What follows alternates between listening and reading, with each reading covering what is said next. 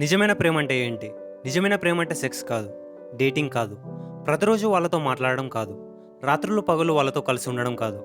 నీ జీవితంలో మొత్తం కోల్పోయి దయనీయ పరిస్థితిలో ఉన్న నీతో ఉండడం, అలాగే ప్రేమించడం. నీకు వీలు కాకున్నా నువ్వు చేయగలవు, నీతో నేను ఉంటాను అని అంటారు చూసారా, అది ట్రూ లవ్. ఏ వ్యక్తి అయితే నీతో పాజిటివ్ థింగ్స్ మాట్లాడతారో, అలాగే నీకు మంచి జరగాలని మనస్ఫూర్తిగా కోరుకుంటారో, అది ట్రూ లవ్.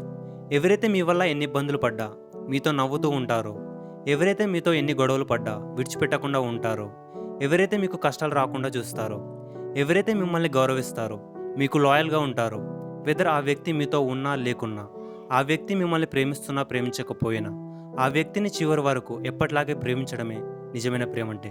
ఒకవేళ ఇలాంటి వ్యక్తి మీకు ఉన్నా లేక దొరికినా అస్సలు వదులుకోకండి. బికాస్ ఈ సమాజంలో ఇలాంటి వ్యక్తులు దొరకడం చాలా అరుదు. ఈ థియరీ ఆపోజిట్ జెండర్ కోటే కాదు, ఫ్రెండ్స్, పేరెంట్స్, రిలేటివ్స్, టీచర్స్ కూడా అప్లై అవుతుంది.